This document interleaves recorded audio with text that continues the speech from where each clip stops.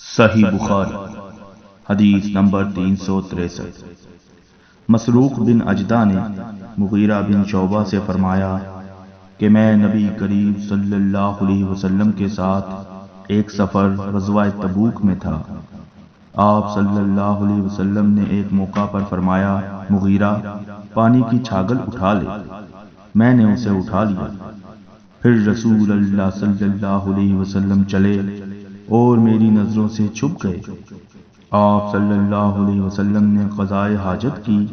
اس وقت آپ شامی جبہ پہنے ہوئے تھے۔ آپ صلی اللہ علیہ وسلم ہاتھ کھولنے کے لیے آستین اوپر چڑھانی چاہتے تھے، لیکن وہ تنگ تھی، اس لیے آستین کے اندر سے ہاتھ باہر نکالا۔ میں نے آپ صلی اللہ علیہ وسلم کے ہاتھوں پر پانی ڈالا۔